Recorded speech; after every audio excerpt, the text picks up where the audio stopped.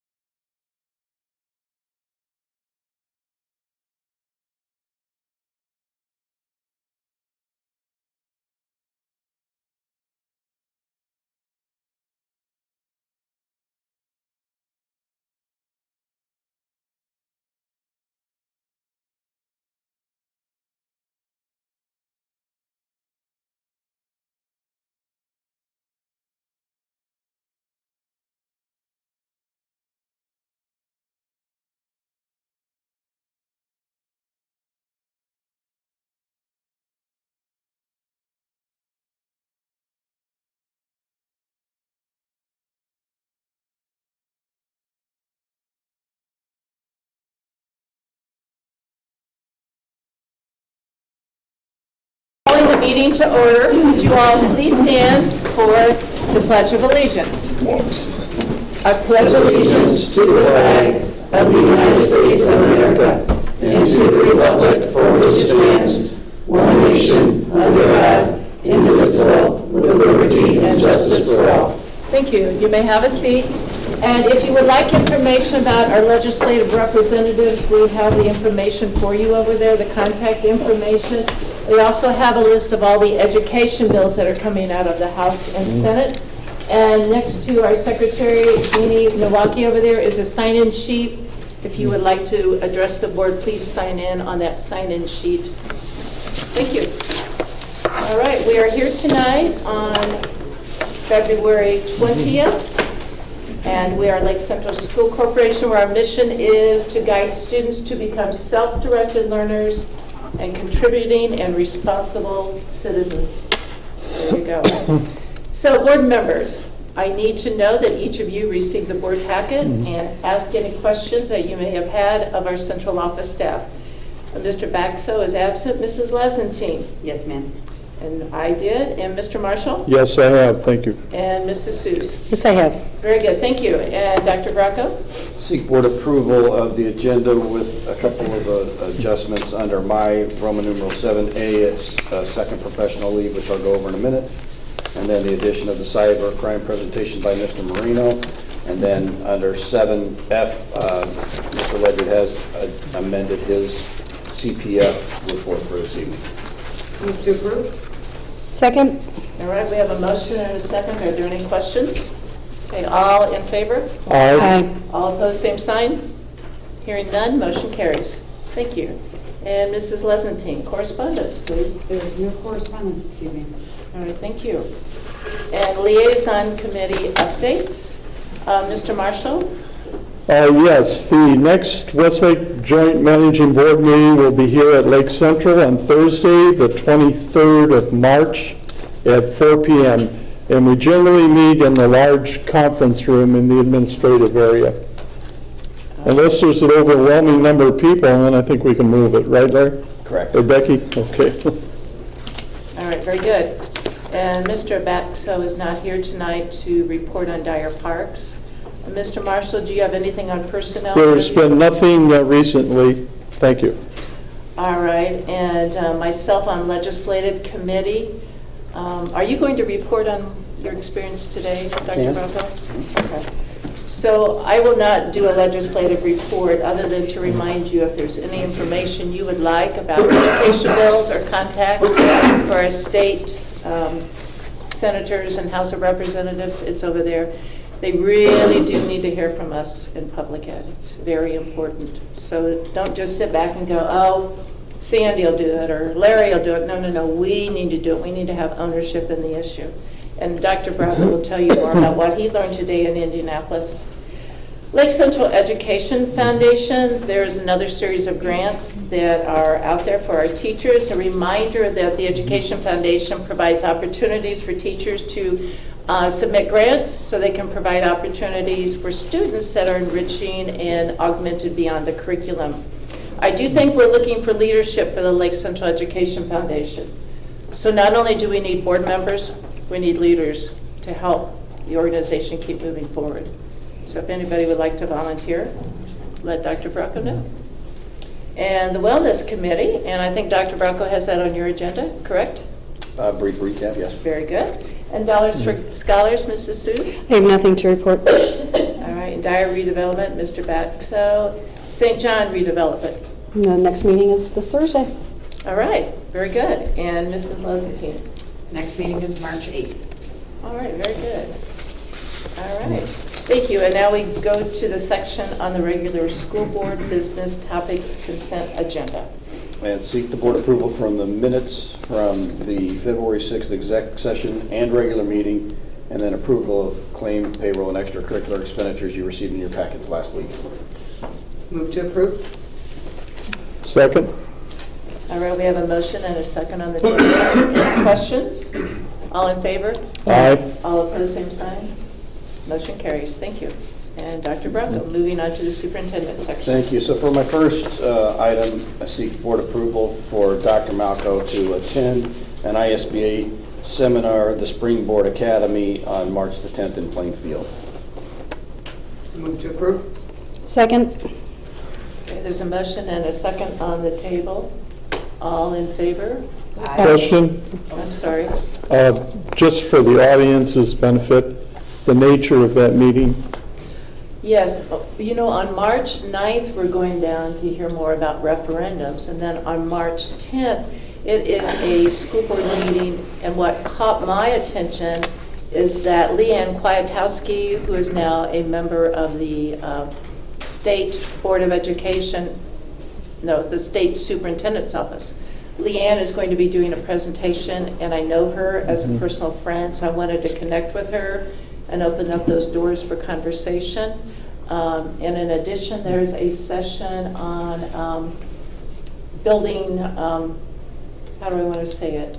I guess it's more on the role that school board members play as far as student data reporting at school board meetings. And that's going to help me quite a bit. So I will bring back information to share. Very good, thank you. Sure. Any other questions? Okay, all in favor? Aye. All opposed, same sign. And motion carries. My second request is one of those awkward ones, because Teresa and I went down to the State House today to the Celebration of Public Schools rally hosted by Indiana Coalition of Public Ed. And so I seek your approval so I can get my $16 back for the parking garage. Move to approve. Okay, we have a motion and a second. Any questions? All in favor?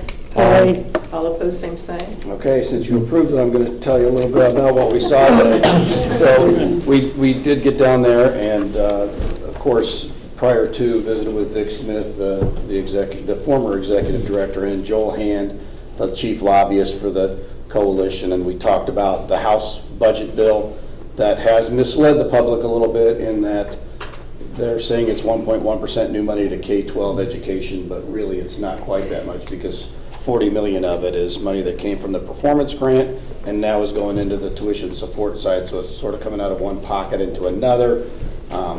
And because the 40 million was promised in legislation, I think it's a little bit misleading to say that it's 1.1% new money. It is a better way, in my opinion, as superintendent, to distribute the money, to put it into the foundation amount, because then everybody gets it. But nonetheless, that was something we talked about prior to the meeting. We did hear from 8 or 10 different speakers, a former superintendent from Columbus who Al and I have gotten to know, and he spoke passionately about the good and the value added of public schools and how we serve everybody.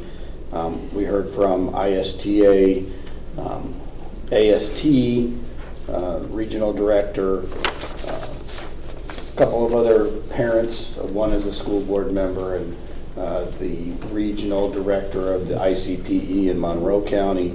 And they had a lot of nice things to say. And one of the things that was a common theme was that our voices must be heard with our legislators, not just via an email, but in person, whether it be down at the State House or similar to what we've done here in December and are going to do again on March 3rd, those what they call third house meetings, where you get to the people that your folks have elected and you share with them how the legislation that they are considering or have previously passed impacts the students we serve. And so I'm glad to have been able to tell Vic that we already had something scheduled for next Friday, because I don't think a lot of people are doing that. I do know, I spoke to a friend of mine, his mother has been a representative for about 4 decades, and she's telling me how some of the people in the Lafayette area are feeling defeated, and maybe that was one of the causes for the smaller turnout at the rally today. I shouldn't say small, it was moderate, but you know, it would have been nice to see people flowing out the doors. If we really want to make an impact, I've said for years, it needs to be teachers and superintendents and principals and everybody together down there, telling those people who we've elected that what you're doing is hurting our communities. and squeezing the public school to try to siphon that money off for people who previously chose private schools does that. It damages what we do. So that was the rally. You know, it's uplifting to hear people talk, but then when you get to the reality of some of the legislation that's being considered, there's not a lot there that looks like it's going to help us. So it is a bit frustrating. So I'm glad we're meeting with our locally elected officials on March 3rd. Any questions? Teresa, do you have anything else to add? I would just kind of second what Dr. Baracco said. When you think of all the public educators, administrators, and teachers across the state, I thought, you called it a moderate, I thought it was kind of a small turnout. I agree that if we could have packed it and had educators hanging off of the balconies and filling that rotunda, that would send a stronger message about how we feel about public education. But it was very nice. The speakers were good. It's a good day. Anyone else? Well, I think on behalf of the board, we appreciate both of you going down because it made for a long day. I think you left at 8, drove down, did your rally, and then turned around and came back, and that's a lot of road time. So we thank you for that. I apologize I couldn't make it down today. I had some things going on, but I know it's an awesome experience to be in that rotunda and just to hear the freedoms that people have to speak, and it's pretty awesome. So, Dr. Bracco, I know that one thing that I am really concerned about is the education savings account bill, and you said they gave it a hearing, but then... Yes, Senator Cruz out of Fort Wayne was the author of that bill, or a co-author, and he gave the bill a hearing, but then he didn't move it out of committee. So does that mean it's dead? it's dead for this year. Okay. Yes. And does everybody know what that bill was all about, the education savings account? Do you want to summarize it? It was It was a piece of one. legislation that was attempting to set money aside for people to use beyond just a school voucher to a private school. It was something that people could use to homeschool their child for a variety of purposes. The problem with it for most people in my position is there's no accountability. It would become a real mess to figure out where those funds actually were expended. And in other states, especially Arizona, there's evidence of some fraudulent behavior attached to these education savings accounts. The other thing about them is that they were going to set up a separate committee to actually monitor the use of those funds, not the Department of Education, which again gets a little bit awkward as when, our former governor set up his parallel Department of Education to run the State Board of Ed. It just, when you think back to Kernan Shepherd and all the overhead concerns of expenditures, you'll wonder why our current General Assembly is going down the road of increasing some overheads, as has happened with all the charter schools and such. Because one interesting fact we heard today was the top 3 school districts in the state were Fort Wayne, Indianapolis Public Schools, and Indianapolis Charter Schools. So that tells you how far the charter movement has come in the city of Indianapolis. But nonetheless, the education savings account, for us it's a problem because the monitoring and the accountability just is not there. Maybe they'll reframe it in a way that holds people accountable for how they spend it and narrows down the potential uses for how that money gets spent.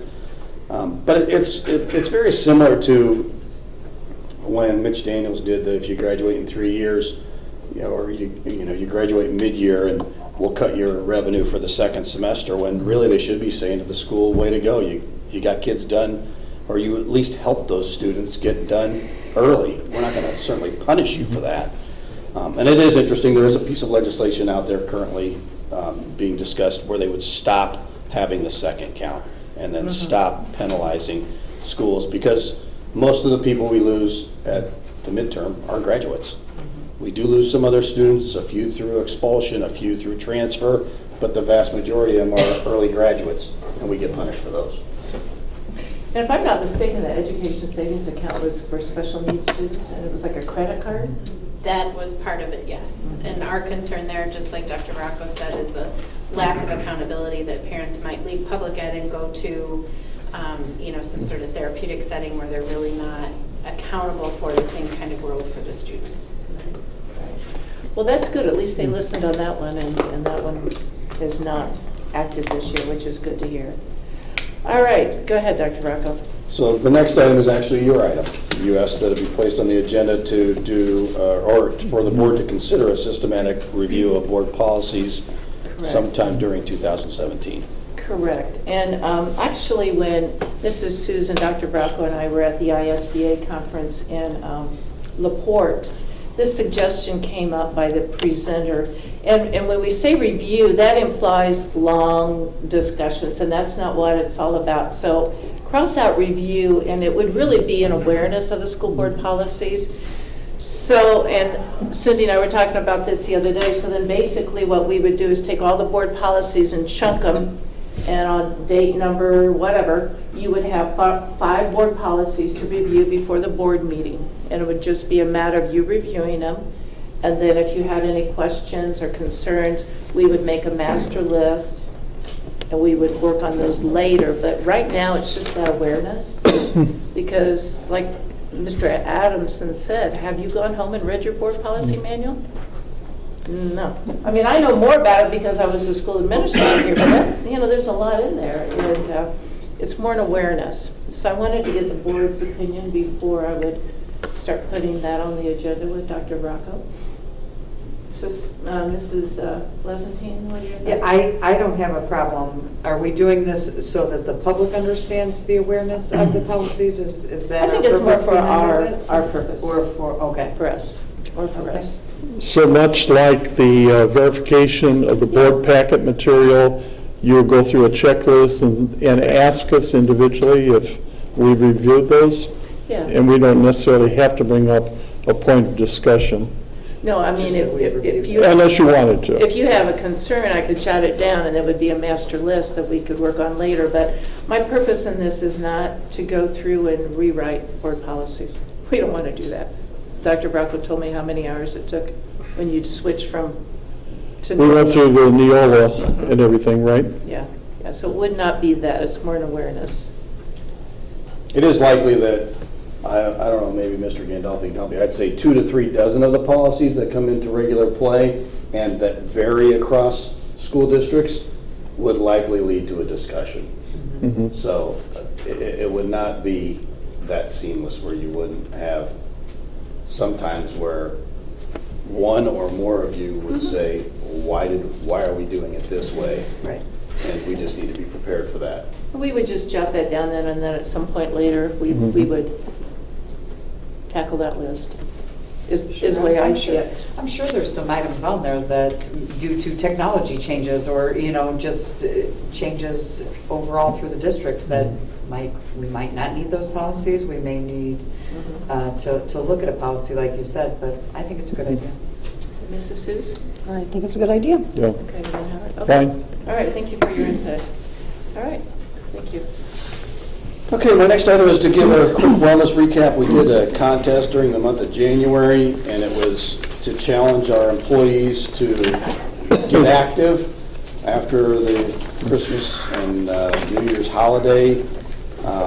You could do a variety of different activities, but it really was about movement. We said that if you walk, 17 minutes would be a mile, and the whole idea was to accumulate the equivalent of 44 miles of activity. I'm happy to report we had, a nice participation. We had 73 teams this year, a total of 324 different people participate. That's compared to the 16 challenge. We had 277 participants. 2015 we had 109, and 2014 we had 56. Wow, nice. So we're gaining some momentum. We did have the winning school, which was a combination of the highest participation rate and the most miles logged, was Kayla, and a big shout out to Mark Langlois because he drove the participation in this building. And we've seen that before with our winning school. when individuals get motivated and do a lot of recruiting, their school can really rise up those ranks. I also wanted to say that we did randomly draw 6 different teams out of a hat to receive $20 gift cards. This was as long as you did the minimum amount of mileage, and the winners of those cards were from Protzman, the Soul Survivors, and the Dragons. From Watson, the Five Amigas. Bibbage gets the gas cards even though they have the most unoriginal name ever, second grade. Holman, Fab. I don't know what FAB stands for. I don't know, maybe we shouldn't ask. We don't need to ask. And then the Stepsisters from Kaler. So congratulations to those teams for participating. That's awesome. Nice.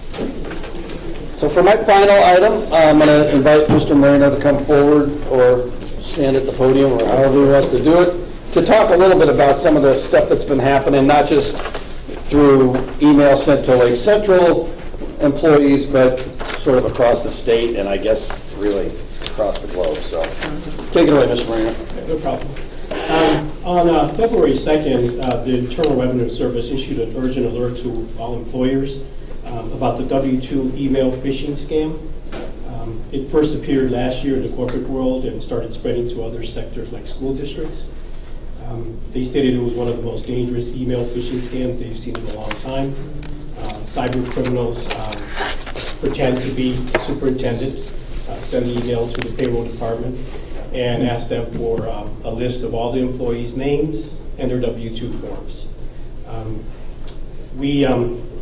By the time that alert was posted, we had already been targeted. On January 27th, one of our payroll employees received an email which appeared to come from Dr. Virago, asking for a list of names and all the W-2s. Luckily for us, they weren't sent. That worked out great, but I always feel like we came that close. We just needed to be more vigilant in the future. On February 14th, I received a number of calls and emails from vendors we've never worked with in the past. They wanted us to confirm orders that we never placed. They said they received an email from me requesting computer equipment worth anywhere between $40,000 and $70,000. They wanted the cyber criminals wanted the product shipped to an address outside the state, but billed to Lake Central. They were calling us just to confirm the order, which was good for them that they did. One came really close. They said that a coworker said, before you push that button, you might want to call and make sure that it's really a real order. And he did. He was so thankful that he did that. One of the vendors even said that they received a fake purchase order from Lake Central Schools, and they sent me a copy of it to show me what it looked like. They had a tax exempt form from Lake Central Schools with our old business manager's signature on it. And the vendors assured us that we were never in any danger of losing any money because it was never going to be shipped to our location. So that was good for us. In response to these incidents, we warned all of the staff of the scam, and we reminded them to be sure to abide by applicable laws and work policies with respect to disclosing any information. They were also reminded that confidential information should only be limited to employees who need to know that information, and when they're in doubt, that they should contact central office. We contacted state police, the St. John Police Department. I sent copies of all the information, all the emails, everything back to the St. John Police Department. We warned all of our vendors that we do work with about this scam, and I asked them to make sure that they always ship all the product to the central office address. We also reported the incident to the Internal Revenue Service and to the FBI Internet Crime Complaint Center. Does anyone have any questions? Any questions for Mr. Romeo? Rick, you answered my question by saying you contacted the IRS, whatever Yeah. their organization, and the internet scam, I forgot what you said. Sure. Internet Crime Complaint Center. Okay, is that all here in DC, or is there anybody local, or is No. there somebody you can sit down and talk to? No, about St. John Police, the state police said that we needed to speak to the St. John Police. St. John Police said that they'll take the information, they'll see what they can do, but since it's probably something that's happening from out of state, Yes. there probably won't be much they can do. And I told them that I already had contact at that point to Internal Revenue Service and the FBI, and they said that's the best thing I could have done because Okay. they would be the people that can help us the most. And they're out of Washington DC. Okay. My question would be, if they had not called us, there would have been no way we would have even known about any of this, correct? Right. Red flags up, right, until we got the bill and said Right, and it that's was what he, ours. that's exactly what he said. He says, you wouldn't have been, liable for any product or anything like that. He said, you would have just dealt with those bills or people calling you, hey, were you going to pay for this product? And we'll be asking, what product are you talking about? Because we would have never known about it. So is there anything with our district, like when you use your debit card or credit card, they always say, what's the number on the back? Is there any kind of a PIN or anything that we would be able to use to identify it's truly us? Well, we are looking into things we can do, but it's so hard because they always come from different places, but we are looking into different things we can do. But I sent an email, I'll be sending it to all of you too, because I know Mr. Marshall just asked me about it a few minutes before the meeting. But I sent something out to all the staff that just said if they would have looked, they just double-clicked on Mr. Bracco's name, they would have seen that the email wasn't going to him. And that's a quick giveaway right there. It's one more step, just double click on that. And I sent those instructions to all of the staff, and I'll send them to all of you too, so you can see them. Any other questions? It is a big concern out there. I know a couple of weeks ago I attended Rotary in lieu of Dr. Bracco, and the presenter talked about some of the current books he teaches, I believe, at Purdue, Northwest. And he gave us some books to read, Swiped and Future Crimes and Lights Out.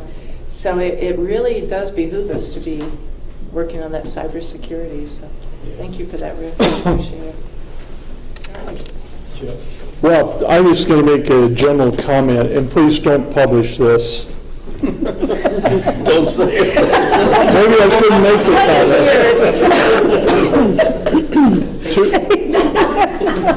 comment. I do my own taxes. I use TurboTax. And 2 years ago, I submitted my federal return, and they bounced it back at me and said, no, you've already filed.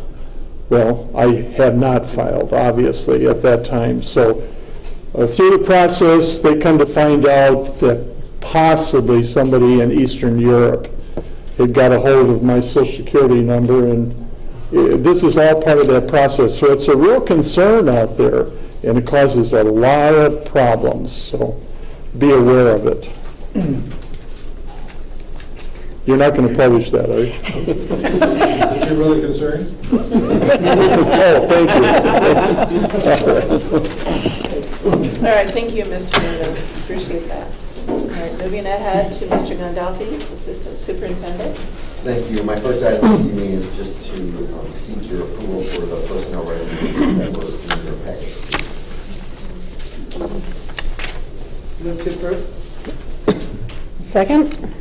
All right, we have a motion and a second for the personnel recommendations. All in favor? Aye. All opposed, same sign? Before I say motion carried, were there any questions? I'm sorry. Okay. Motion carries. Thank you. All right, Mr. Gandolfi. Okay, my second item is just to explain a little bit about the summer school 2017 grant this year. You know, the State Board of Education on December 13, 2016 approved the eligible programs for 2017 summer school. Previously, the Indiana State Board of Ed established categories. In other words, that grant is a high grant, and category 1 was always reimbursed first. If there was any money left over, then category 2 was reimbursed next, and then if there was any money left over, category 3. Well, there's never any money left over for category 3, and rarely was there any money left in category 2 in previous years. Well, this year in December, they have removed all of the categories. So this year, all summer school programs across the entire state, all levels, all programs are all funded by the one pie grant. Okay? So this is difficult for many school corporations who were used to running a Category 1 class, very well knowing that they had a good chance of getting 90, 92, sometimes 103% of that program reimbursed.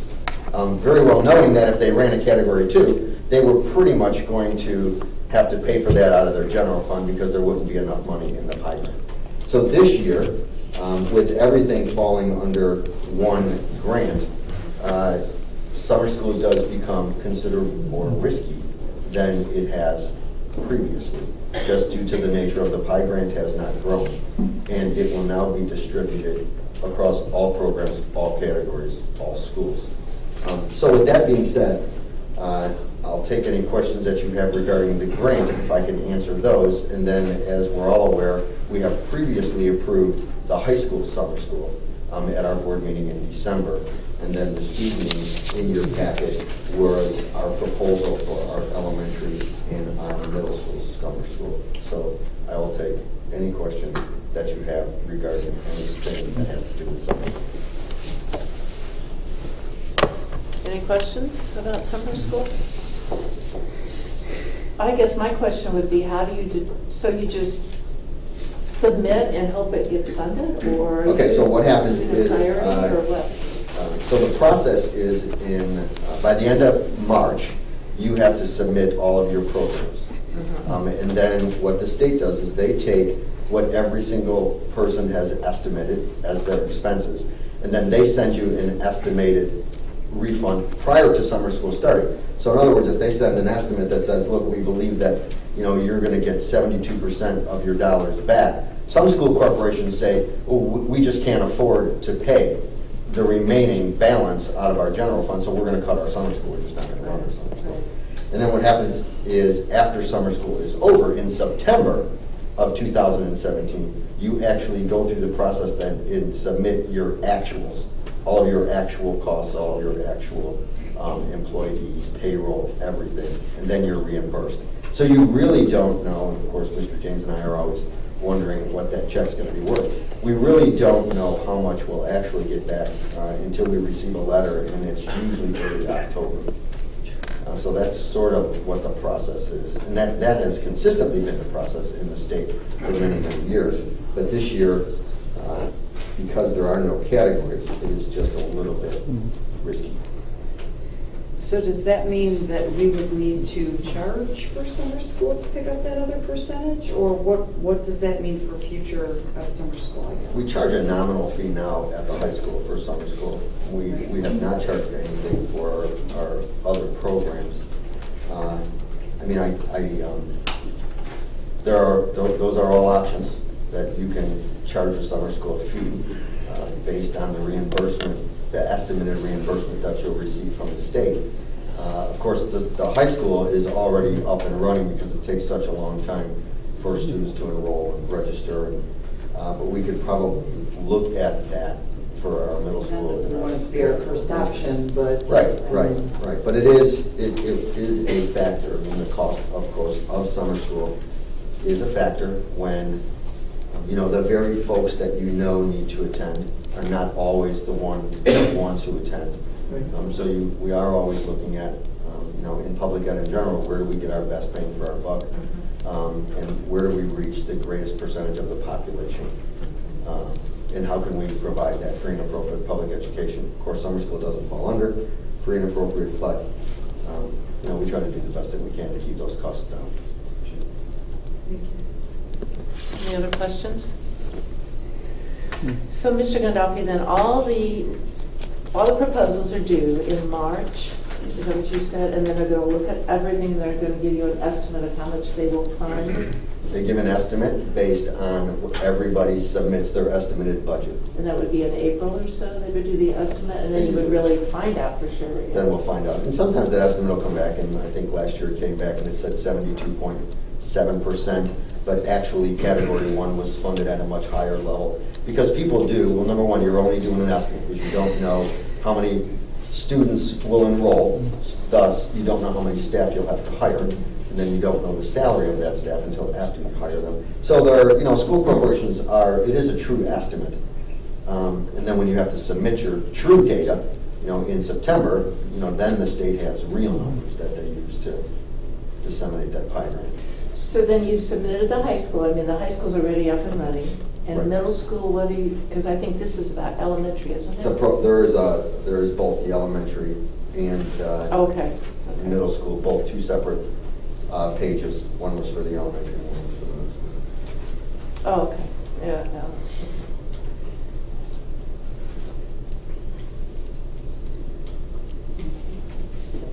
So the second one is the one that says summer school proposal for board meeting February 20th. That is for That's middle school. middle school. So you're using iReady data to determine, is that right? Oh, iReady, they're going to work on iReady 2 to 3 times a week, web-based program? Correct. Do you mind just explaining these two options to us? Sure. So for middle school, we went with the formative assessment grant. We went with iReady. It's a diagnostic, and then it has an online instruction component. And the online instruction is based on the areas of strengths and weaknesses that the students demonstrate when they take those diagnostic tests.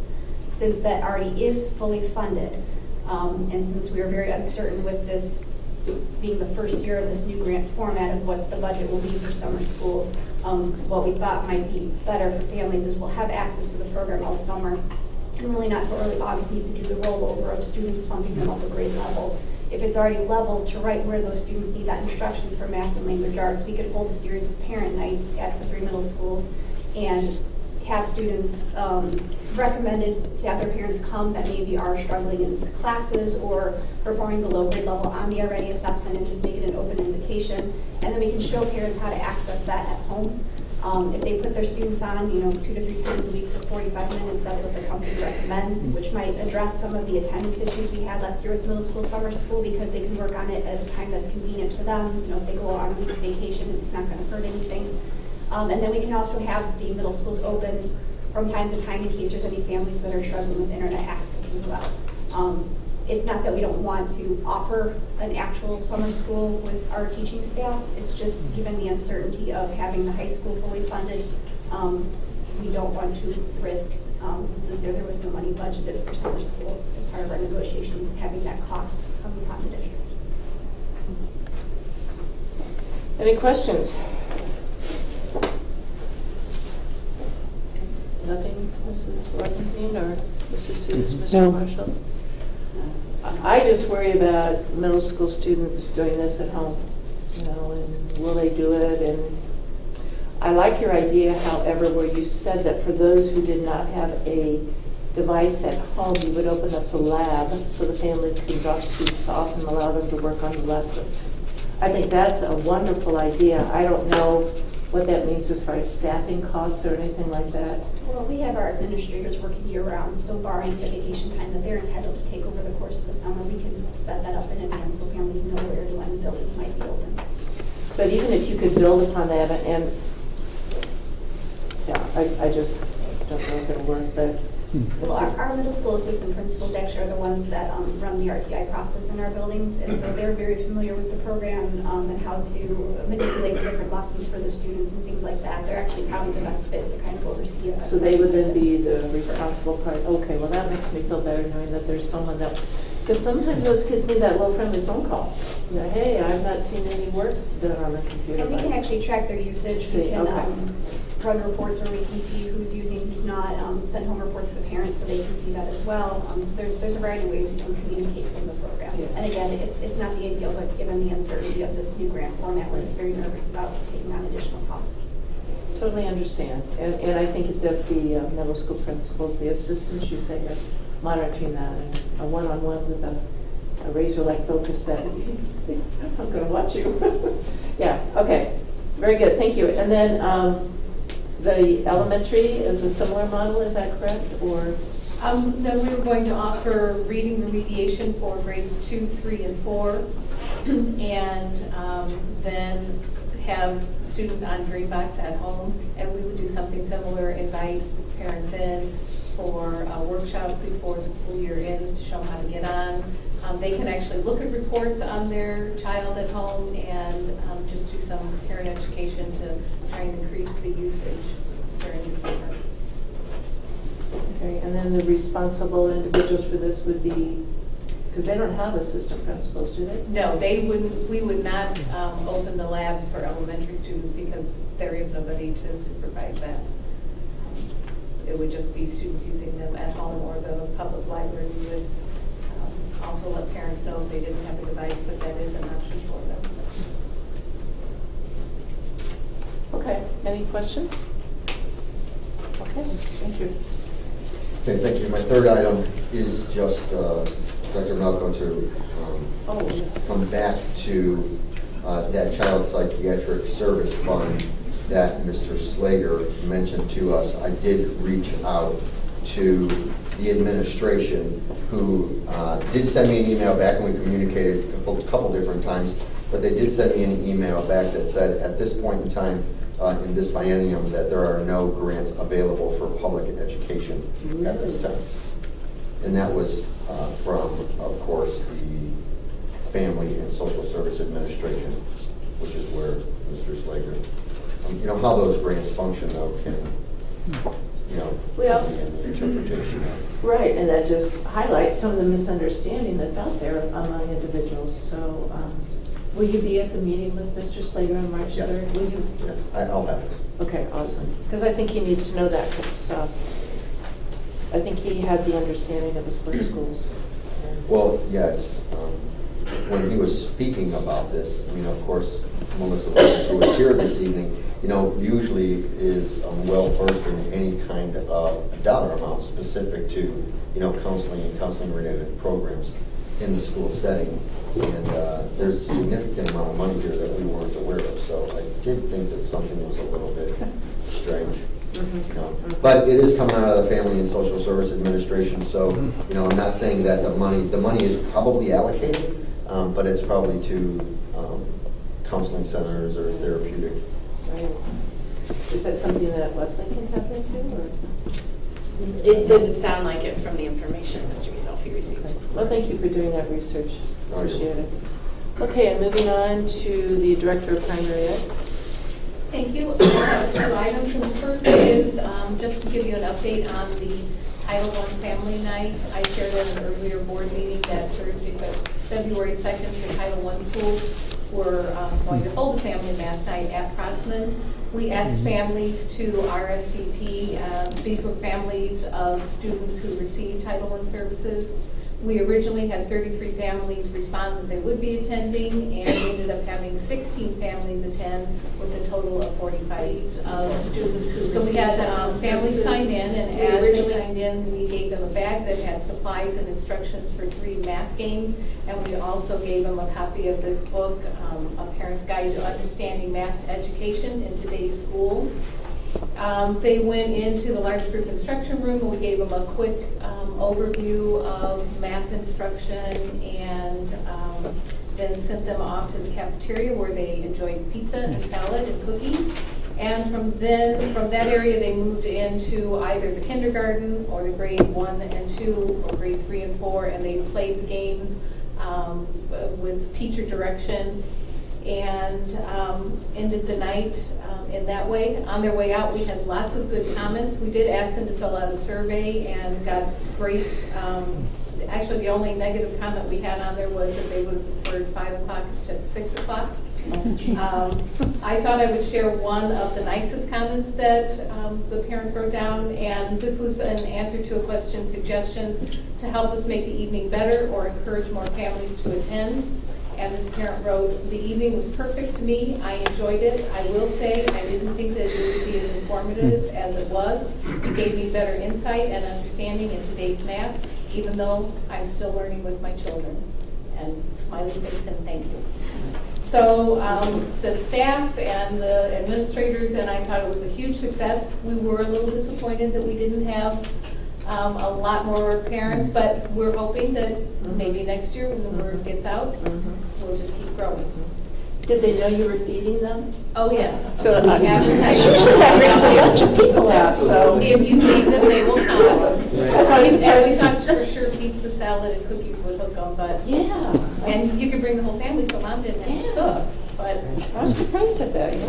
But, you know, it takes a while for things to get established, and it sounds like a great program, and thank you for doing those parent surveys. It's good. All right. And then my second item was just to give you an update on our high ability program evaluation. On Wednesday and Thursday of this week, Dr. Burney and Dr. Spears-Newmeister will visit Lake Central, and they will be doing interviews as well as classroom walkthroughs, that portion of the program evaluation. They will interview the 2 curriculum directors, 6 principals, 16 teachers, 2 parents, and 1 school board member. And they will also do 5-minute walkthroughs of 18 high-ability classrooms. So they'll combine what they get from these 2 days, and they also review our curriculum, our identification plan, and data, and then the ISTEP data for our identified students, and they'll complete a report and return it to us mid-April. Okay, questions about that? And is that evaluation of the elementary or the middle school or the high school or all K through three? 8. K through 8. All right, thank you. You said 18 5-minute walkthroughs? Yes. It's a jam-packed 2 days. They hit the ground running and don't stop. And how many parents did you say? 2. And you have 16 teachers, K through 8? Yes. All right. And they're from Ball State, is that correct? Well, Dr. Burney is retired from Ball State. Okay. But Spears and Newmeister still is a Ball State staff member. Okay. Any questions about the program evaluation? All right, thank you. All right, and Mrs. Castaneda. Thank you. For my first item, I am seeking your approval of the professional leave requests as presented. Move to approve. Second. We have a motion and a second. Any questions? All in favor? Aye. Aye. All opposed, same sign, and motion carries. Thank you. For my second item, I am seeking your approval for the field trip requests as presented.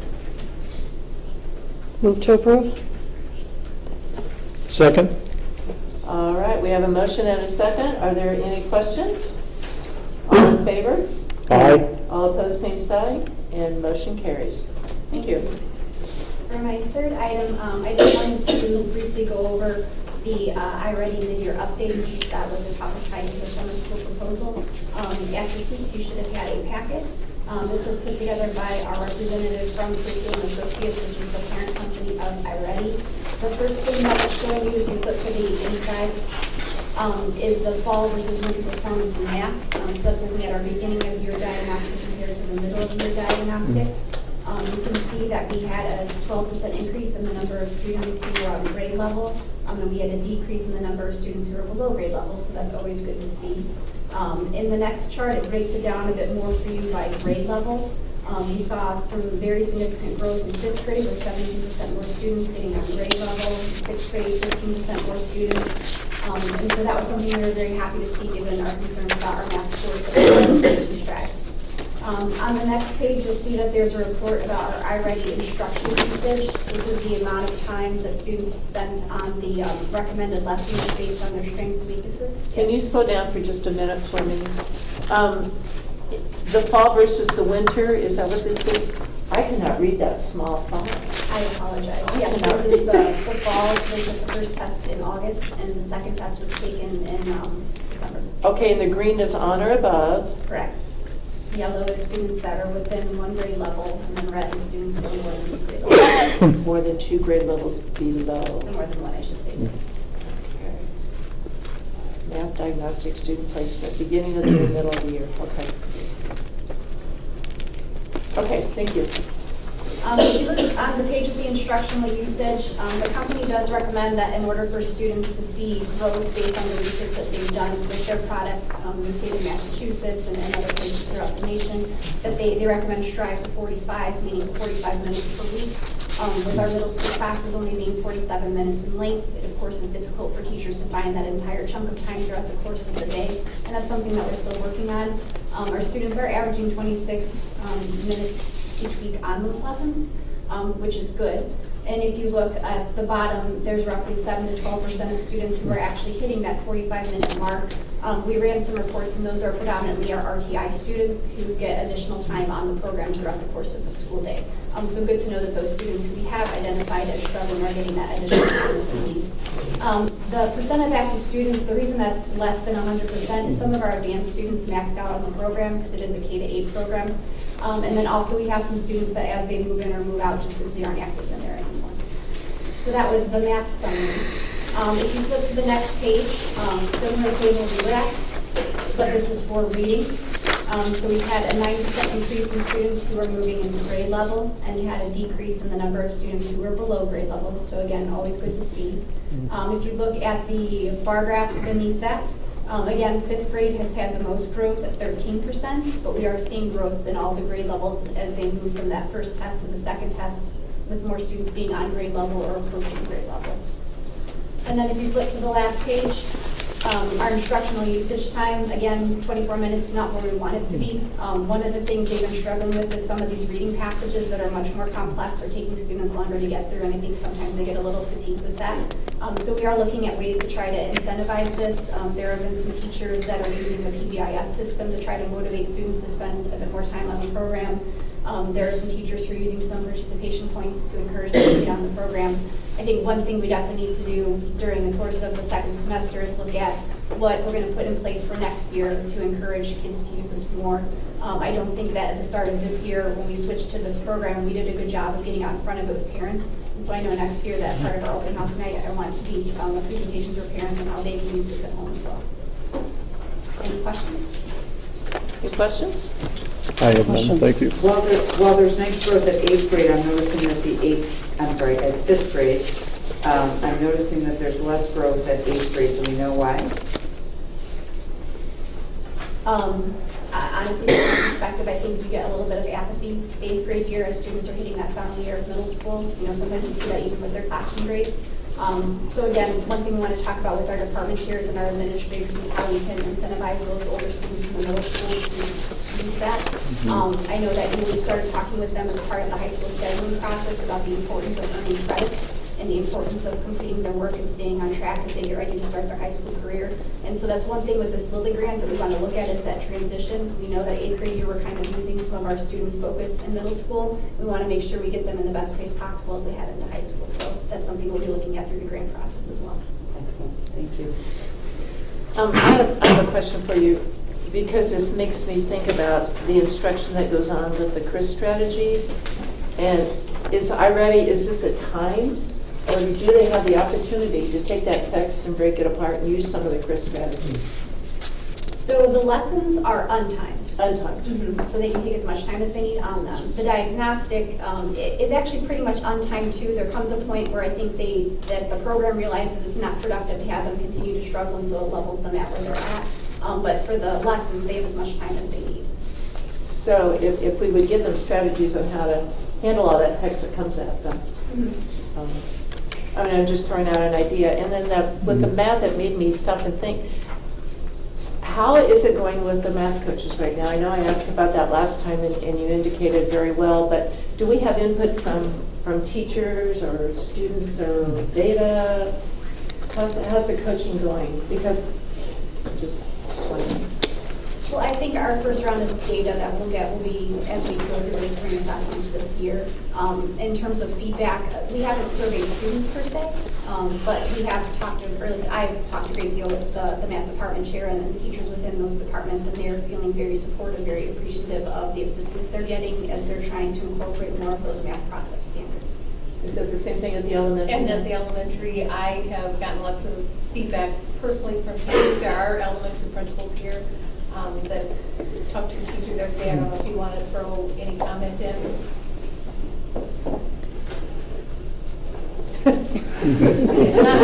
It's not. Have you ever heard them be so quiet now? No. I was just wondering because, one math coach for all the elementaries is, pretty minimal support. So that's why I wondered how it was working, and is it really the best use of our money? She actually is getting into a lot of classrooms. She moves pretty fast and has been in contact with teachers. She does have a log of all the teachers that she has visited with, observed, helped teach a lesson, so she is keeping that data. And so then you will be providing us towards the end of the year the evaluation data on your thoughts and teacher thoughts and, collecting survey results on it. Okay, that'd be awesome. Thank you. While she's keeping logs and data, I guess my question would be, are these skills being used after she's gone? So while she, when that lesson is taught, are these things still being done in the classroom, or is that a one and done? A one and done. No, we walk, I won't speak for Teresa, but at the secondary level, I know that we try to walk a fine line with her. She is not being used in any evaluative way whatsoever. We want teachers to feel that it's okay to try out a lesson, and if it doesn't go well, that's fine. That's a teachable moment for that teacher to figure out what they might try to do differently next time. But she does have the autonomy to walk in and out of classrooms as freely as she wants. At the secondary level, because of the quantity of teachers in each building, we've kind of dedicated a day per week to each of the middle schools plus the high school. And during the course of that day, while she may have appointments, the other time that she's available, she's walking in and out of classrooms to see what's going on after she's been in there, ask how lessons are moving forward and things like that. And at the elementary, she does circle back to observe and provide feedback, and the principals also know what they should be seeing in the classrooms, and they are doing a lot of observations and can reach out to her if they see stuff. I don't know, Doug, did you have? Yeah, I was just going to say, when Trish comes into the classrooms at Piper, I know initially she'll do some co-teaching with the teachers there, so they can see, they work together with her on how to present the material correctly. And if they have any questions, she sits back and will take like a passive role in it at first. And if there's things that she needs to throw input in, she goes right in there. It's a co-teaching process. Then she'll come back in another time and just watch. And then once again, if she has to throw some things in there, she'll do it. And she'll do that as many times as the teacher needs to do that. And she has been a godsend in our building with the teachers who are a little bit more hesitant about things or just not sure of what to do. Mm-hmm. And she's been phenomenal in our building so far this year. Good. So you're teaching in a sense, but yet coaching at the same time. Right. At the same time. And you went down to Jim Knight too, and had a presentation on coaching, didn't you? Teresa and Larry, didn't you go down to? Yeah, but he was trying to turn a Never mind. multiple day thing into a 4-hour presentation, which, as you know, sometimes that can lose its effectiveness as it bounces around to too many topics. So. Okay. Just wondered, because I know he is kind of an expert in that, but thank you, Mr. Delano, for sharing your thoughts on that. Appreciate that. Any other questions? All right, work-based learning. Yes, at this point, I'll turn it over to Sean Bakley, our high school principal, Okay. and Melissa Thank you. Rennick, our director of guidance. Thank you. Good evening, members of the board, Dr. Rocco. Again, my name is Sean Begley. With me tonight is Melissa Reddick. She's our director of guidance. We have teachers Louise Town and Karen O'Hara. They're going to talk about some of the things they're doing with work-based learning. We have some of our students that are going to be able to present, kind of talk about how the rubber meets the road and what they're doing. I have Tabitha Pappas, Lizzie Polito, Preston Petrie. Tyler, he's kind of working at the same time. I don't know if he's going to get up and present. This is sort of his internship. Do we have some of our cadet teachers? I have Emma DeGroat here. Okay. And then I had another girl who something came up and she couldn't make it. So. Great. Well, I appreciate everyone being here. I know it's a day off, so I applaud all our students for coming in. One of the questions I constantly get, we used to have a very robust internship with Mrs. Rosinski, but it was a sustainability problem. It was pretty expensive. So we kind of were putting our heads together, how can we make it sustainable but affordable at the same time? So, next slide, please. Oh, you right there. I'm looking at mine and this one. This is my first performance in the new thing. So the purpose is to give you an overview of what work-based learning is, kind of talk about our future goals and get some feedback from the students and have them come up and talk. Like you said at the beginning of the meeting, Dr. Malkow, of our students being positive contributors to society, we look at the high school is making sure that we work with our student staff, building a solid curriculum and working with this is a really good one, work-based learning, work with our community partners of getting our students out there to provide a student that graduates here at college and career ready. So that's our goal. and work-based learning is a big part of that. So what is work-based learning? So students are coming in, they're in their 4 years, and they're thinking about what they want to do. They're taking those introductory courseworks and building into more rigorous coursework in that specific field. And it's a capstone culminating class where they actually have the ability to go out into the public and work in a career they may possibly like to go into. But we've also been able to incorporate that into our own school with cadet teaching, and we have some students who are doing machine shop. We have a student working in our tech department. We have our students that are working here with our LCTV and our publications, and we're also doing a PR, a public relations internship with Mrs. Verpuden. Here's the different ways that you can provide it. You can do an apprenticeship, cooperative, internship, school-based enterprise, or service learning. We're using the internship and school-based enterprise to present. Next slide. These 6 different work-based learning areas. This is recommended for 12th graders. We do have some 11th graders that take part in it. They earn credits, up to 3 credits based upon how many hours they put in, and we get that guidance from the state Board of Education about what kind of credits you should present or give, and those all can go towards all 3 different diplomas: Core 40, Core 40 with technical honors, and Core 40 with academic honors. Next slide. When I talk with the students and parents, I don't tell the incoming freshmen that you have to figure out what you want to be by tomorrow, but you have to start thinking about it. And we kind of talk about, think with the end in mind. Who are you going to be? Who are you going to be? What do you want to do? What that self-determination of those students thinking about where they want to be in 6 to 10 years and start working backwards. Or what do I have to do to get into that field? What do I have to do to get into that college, that apprenticeship, into the workforce, into the military, and then work it back at Lake Central? What are the courses I have to take at Lake Central to get myself in the best possible position to get into that post-secondary pathway? So we do several things here. In our PTE time, we've been teaching, preparing for college and careers to our freshmen, sophomores, and juniors. And that's important because that is that first course that you have to have in all those career pathways. We have students do success plans. We have them map out their 4-year plan and their coursework. We have them look at career pathways. And we've really been able to synchronize and integrate our guidance department, meeting with our students on a much more frequent basis in groups, their freshman and sophomore years, and they're able to meet one-on-one to junior and senior years to really help them figure out what they want to do. We have our testing sequence for college readiness. We do the PSAT 8-9. We do the PSAT National Merit, their sophomore and junior year. We give the SAT their junior year, and we're also able to give the SAT and work keys ASVAB their senior year. And then we're able to offer the work-based learning their junior and senior years. And also, we have the Area Career Center as a possible way for students to explore future goals.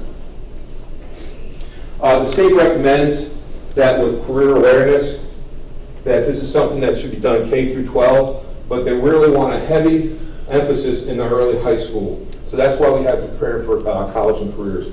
That really gives our students a focused time to think about what they want to do, where they want to go in life. Our 4-year plans and interest inventories, that helps do the career exploration. And then that career prep, work-based learning is one of those ways that the students can go out and figure out if this is a career that they want to do the rest of their life. It's great that our students go out and say, this is the career, and I think we had this in cadet teaching, where students have gone out and said, I want to do this the rest of my life. That's great. We also had some come back and say, I don't want to do this the rest of my life. And that's good too. That's good too, because they're not going into they're not taking on a financial burden. They're not taking on student loans. They're figuring that out while they're in high school, a better direction of where they want to go. The process. So how does a student get into work-based learning? We have an application process that students will be going through right now as they schedule for next year. We do a review of content standards. Some of our students are working in a machine shop, so there is some hazardous equipment that we have to go over. We have a training agreement between the student, teacher, and the mentor. So that goes through the application process, and that gets put into their schedule.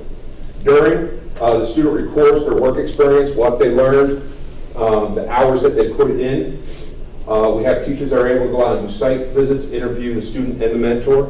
And then after, based upon how many hours we put in using the state guidelines, we award credits, and the students put together a very comprehensive portfolio that they're able to take with them. Next slide. So I'm going to pass it over to Mrs. Talent, who's going to talk and bring up her students and talk about some of the experiences that they've had. Mrs. Talent?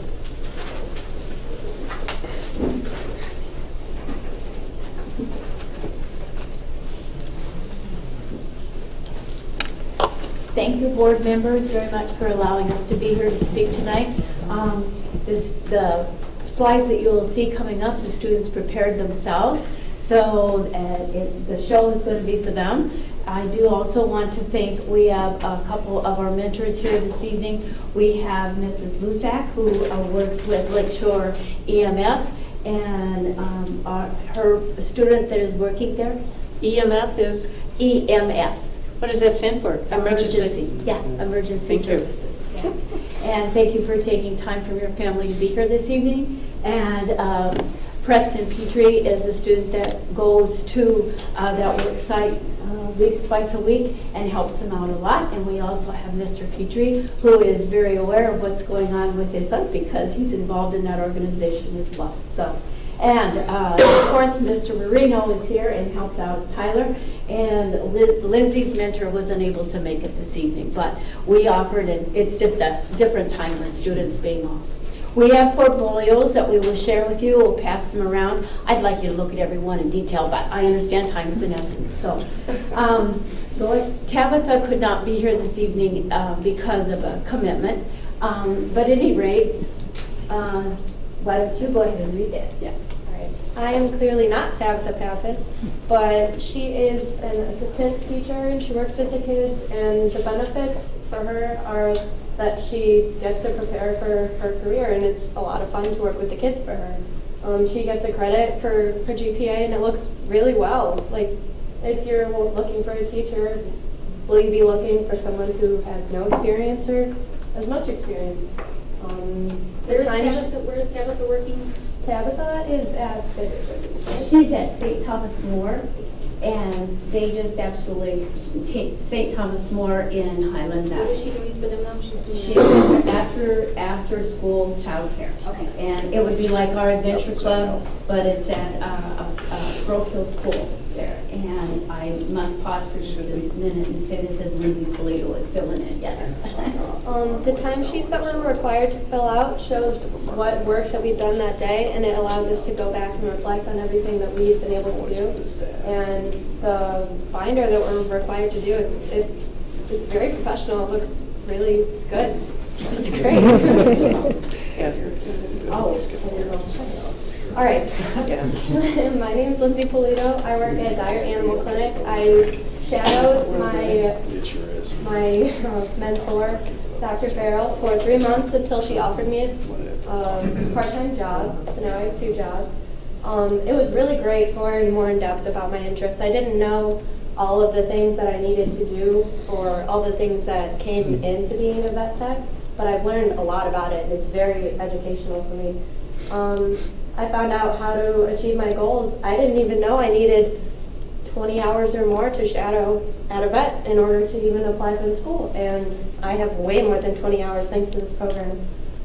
Building relationships, it's always good to know somebody in any field that you're going into.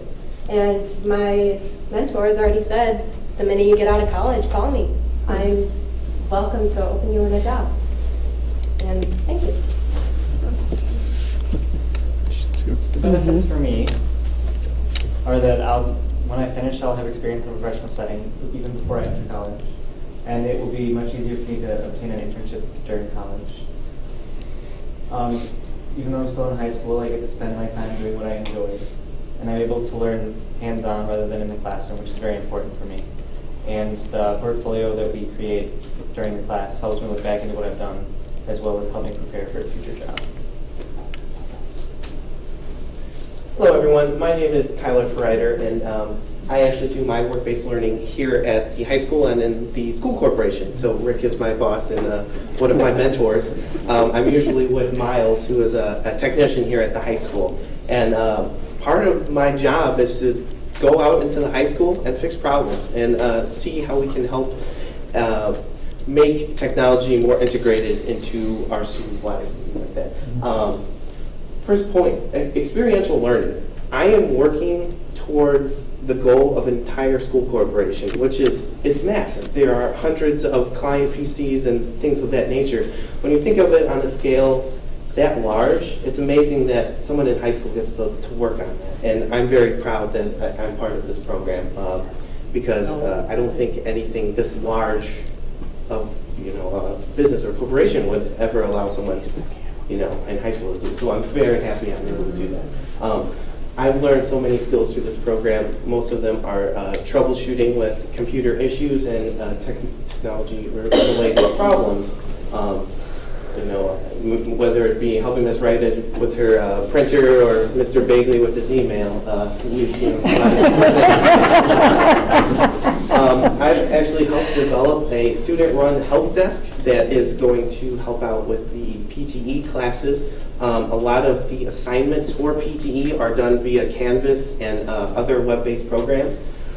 So along with Ms. Lokema, we developed this team of students that could potentially go out during that PTE time to help other students get on the Wi-Fi, access Canvas, get on Skyward, and things of that nature, because there were a lot of people that don't know how to do it. And it's always better when you learn from other students.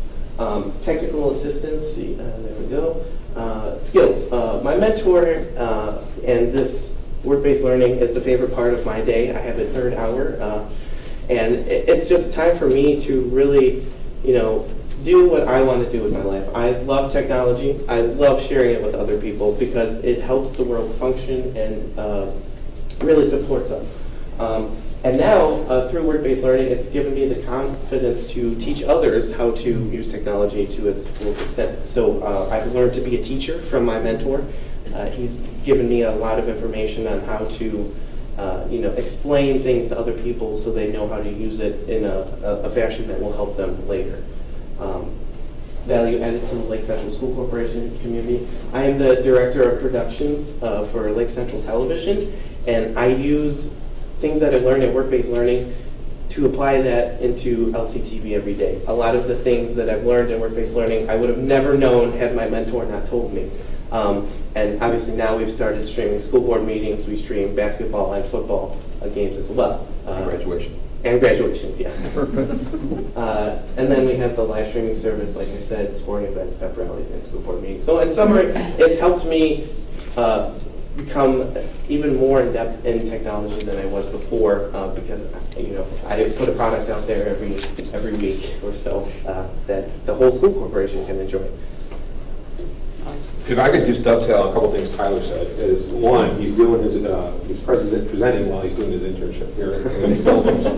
But, on this hand, we have students that go out in the community and we build relationships with our community partners, which I think is so important. And they see that what great kids we have here and great students and great teachers.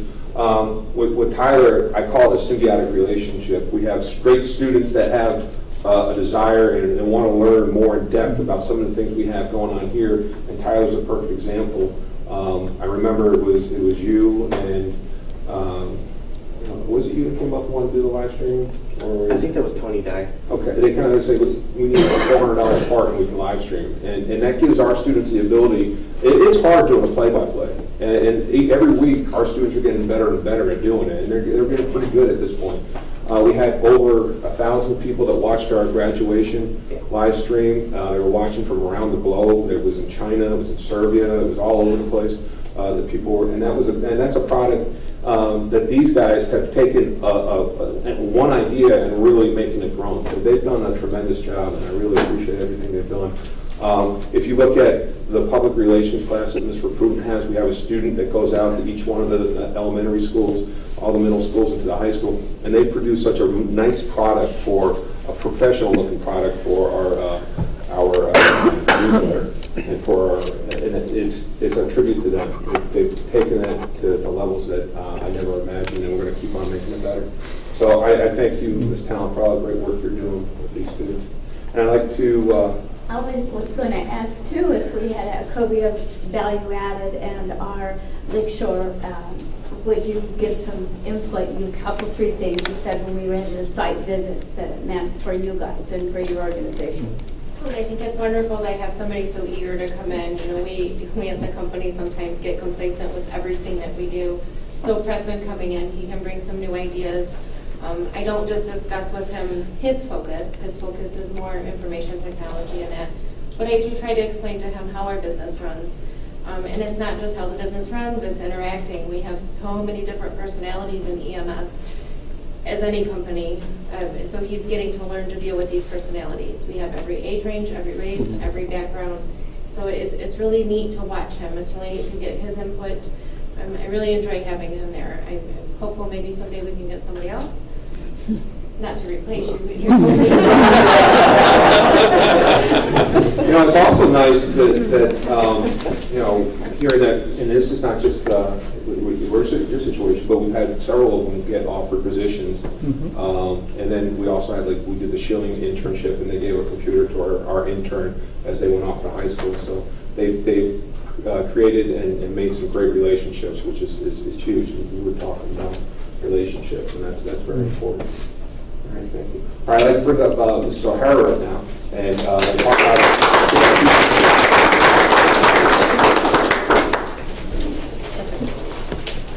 I also as well have a portfolio. I'm going to go ahead and hand that now because it's really neat if you look towards the back. It actually has some of their work that they're doing inside of the classroom.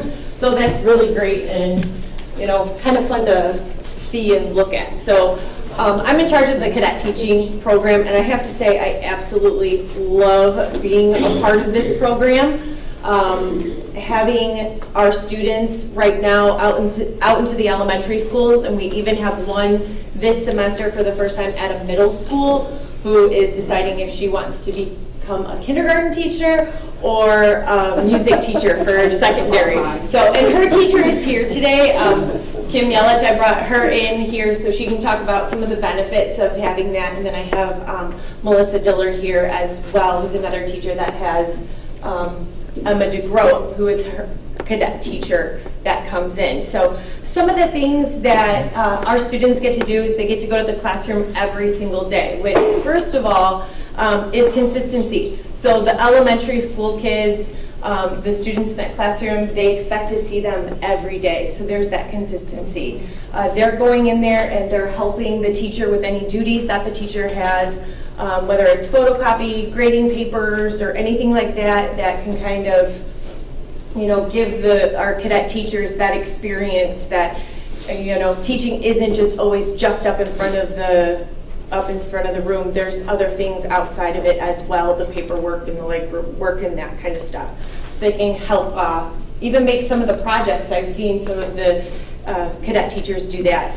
And then aside from that, they're another set of ears and eyes inside of the classroom, and they walk around, and I've seen our students work with different groups and that kind of stuff. One of the things that I really saw was neat was when I was on one of my site visits, and I said, this is another aspect of what this program is about.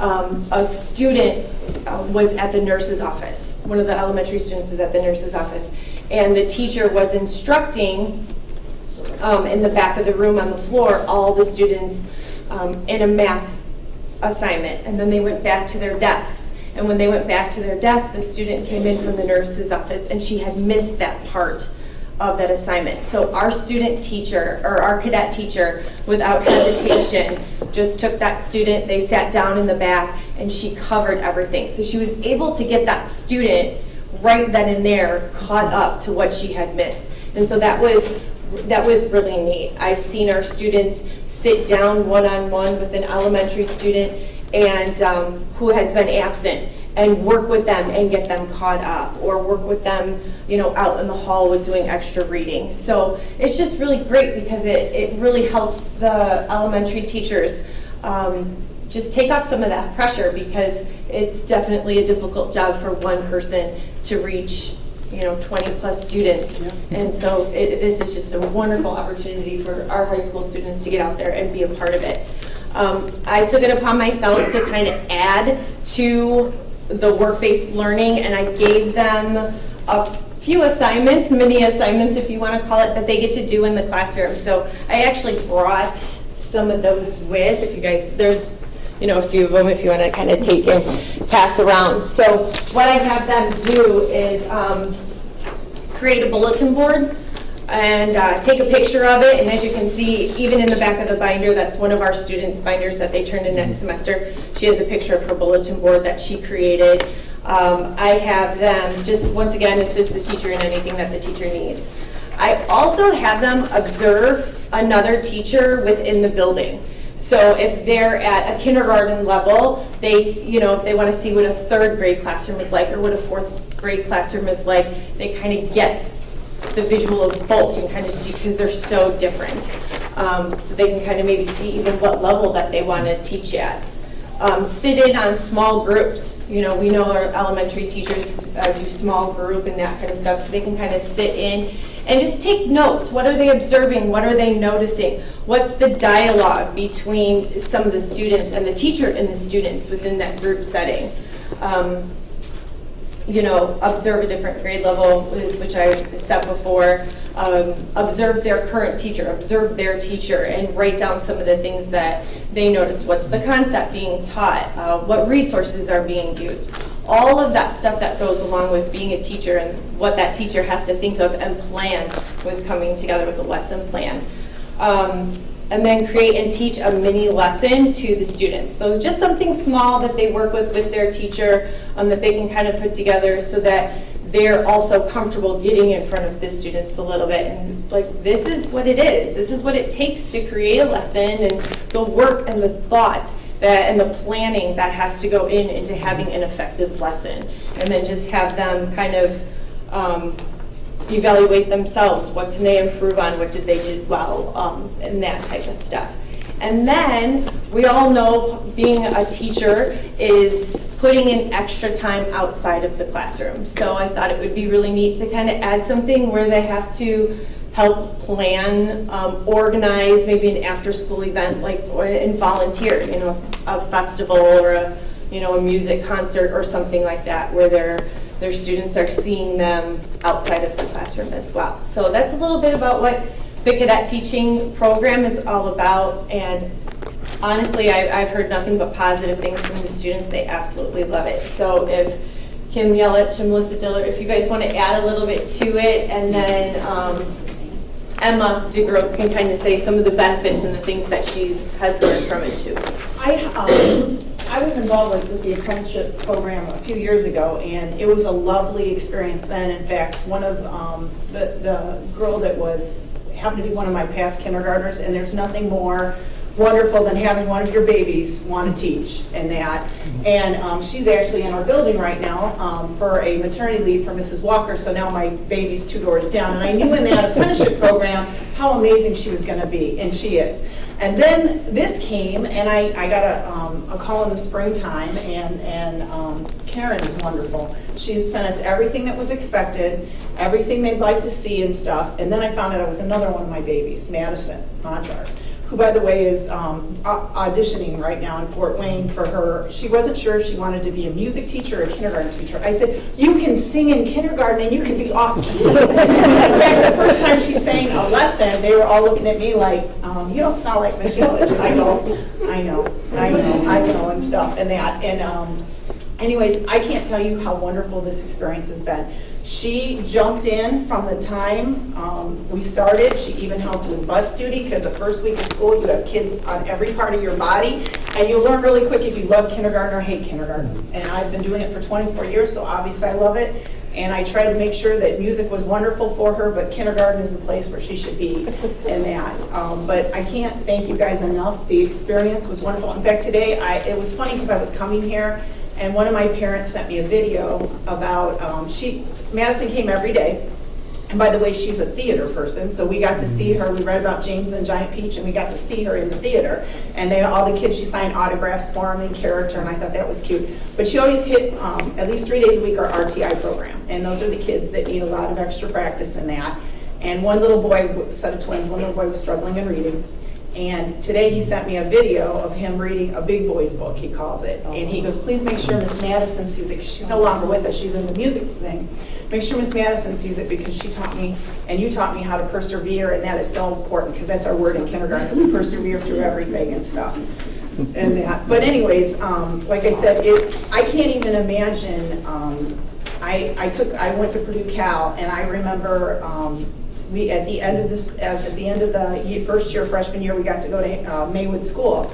And another girl who I thought would be a dynamic elementary teacher, we went into a kindergarten room and the kids were like, your hair's like sun, and touching us and everything, and she quit teaching. I mean, she got out of the program. She's an accountant in Chicago making buku figures. But I still think I'm better than she is as far as what I've gotten out of my career and stuff. But it's so nice that a kid at this age can figure out if it's their niche or not, you know what I mean, and stuff. And I think that's wonderful. And I would think, you know, as hard as it is to get a job, that a principal that would see that you had a high school student that was able to do this apprenticeship and really cared in their high school years when they have theater and band and everything else going on, that they did such a great thing, and that's got to mean something too to them. So all I can say is, it doesn't even have to be one of my babies, but if you have any other kids you want to send that way to be a kindergarten teacher or at Love Elementary, send them my way, because it's a great program. Well, ditto. I just want to really quick say Emma's been such an asset to my first grade classroom. I think the opportunity that these kids have to actually get in the trenches and see everything that goes into teaching is a great experience for them. You don't even get that in college until you're student teaching, and by then you already paid the college for 4 years. So I think it's a great opportunity, and she does a phenomenal job.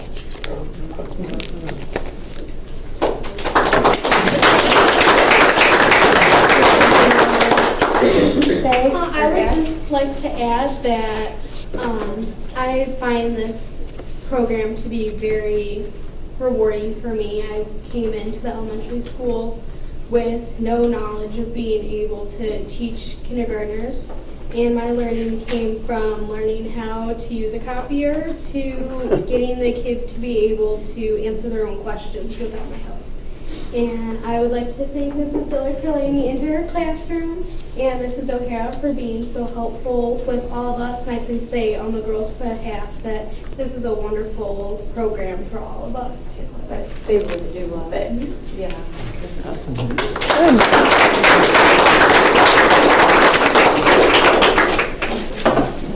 So just to wrap up, you know, our future goals, we want to, there's a work ethic certification that we'd like to get our students to participate in. That's kind of separate from the work-based learning, but what that means is we're able to incorporate a student's attendance, grades, if they'll participate in drug testing, that we're able to generate a certificate that we can give and that those students can take with them to help them apply for jobs when they go out. And we want to work with our local businesses that when they see that certificate, that they would say, hey, all things being equal, we'll take a student that has that certificate. We want to increase the number of our CTE certified teachers. Not all our teachers are CTE certified, meaning that we have to present this as career exploration instead of work-based learning. But our philosophy is let's present the opportunity, and then let's work on getting the teachers certified. And we'd like to increase our numbers. We'd like to get up to 100. Right now we have 45 students are participating in the program. Many of them are participating here. But the thing I always preach to my administrators is how can we set conditions for success? How can we put programs together that gives our students a great experience, not only in the classroom, but outside the classroom. And that's what we've really tried to do with the work-based learning. So for next year, we already have 14 students signed up for cadet teaching. We have 5 that are looking at doing some sort of career exploration, 16 doing work-based learning, and then we have 8 that are doing the Don Roberts that are signed up for the cosmetology. So we're well on our way, and we're going to continue to try and generate those numbers. And I think it would be a great sign of the program that pretty soon down the road that we're hiring one of our former cadet teachers as a teacher here at Lake Central. So pending your questions, that completes our presentation. You guys have anything? Any questions? So, Mr. Begley, like the top right there, it says work-based learning, career exploration 16, 17. That's this year then? We have 45 right now. We have like 4 going to Don Roberts. Okay. We have 12 doing cadet teaching. We have 1 of our students at an auto repair. 10 are doing some sort of working with local businesses. In the health services, we have 1 with the vet. We have 3 doing some sort of medical. We have 3 doing manufacturing. 2 are at local machine shops. 1 is actually working inside the school because we're a big corporation. There's plenty of broken stuff. We have a well-equipped machine shop that they can go fabricate a part, go out there and repair a broken gate, a broken door, a broken hinge. They can do things like that. We have 1 student that's working with Mrs. Neff in the auditorium that helps with running the auditorium. 1 is doing fax. I'm not sure which one that is. We talked to Tyler. We had 1 student that came in late, so we put them in career exploration. And then we have the students doing the public relations with municipal approval. Okay. Janice, I just want to make a short comment. What we've just seen here this evening, this is all part of what Lake Central is all about, and I think another round of applause for everyone.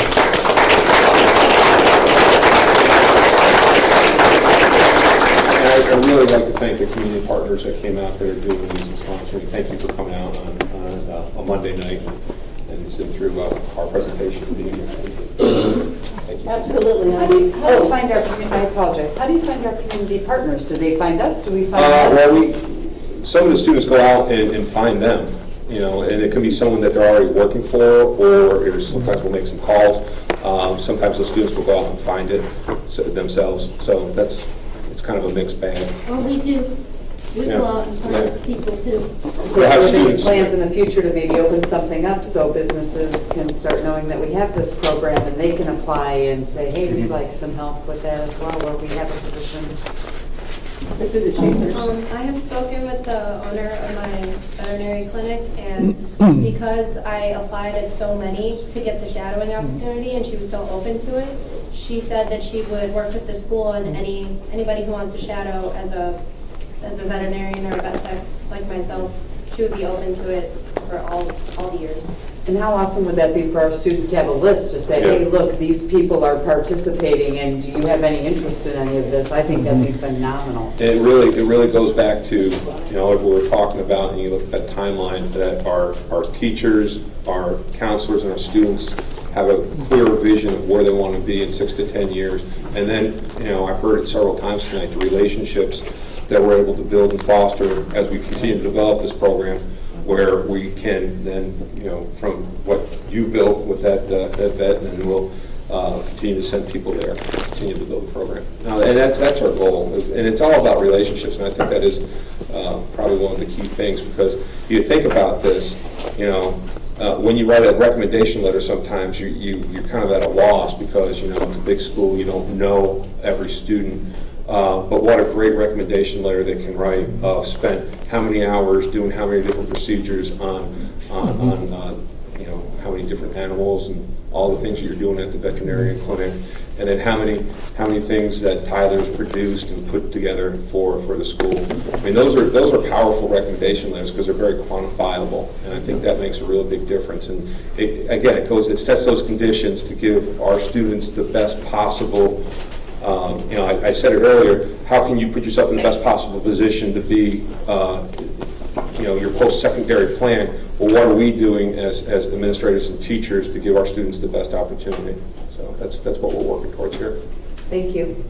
Any other comments or questions? Anybody from the audience? Mrs. Keller? Our kids are the cream of the crop. That's all I gotta say. They're phenomenal.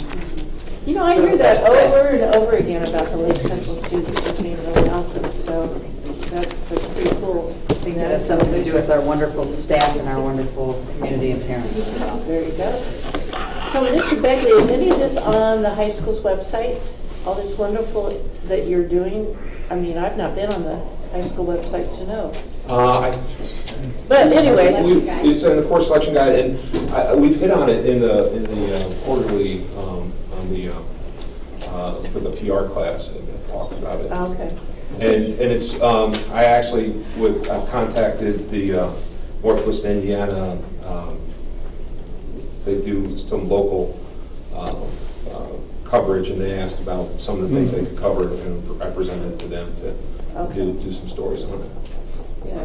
I mean, because I think it's a wonderful thing to have They on have the covered it, website. it's been already once to the school and covered it with the Times. So there has been an article on the Times over it. And we also talked to the Times about the tech help program that we're doing. Yeah. And I'm wondering if our chambers, if we could get information out through the chambers that you have these programs going, and if you're an interested business. It's definitely something that myself and Ms. Reddick can go and present, and it's something that we've talked. Have you talked to the Rotary Conference? I don't know if we talked about that last year about it.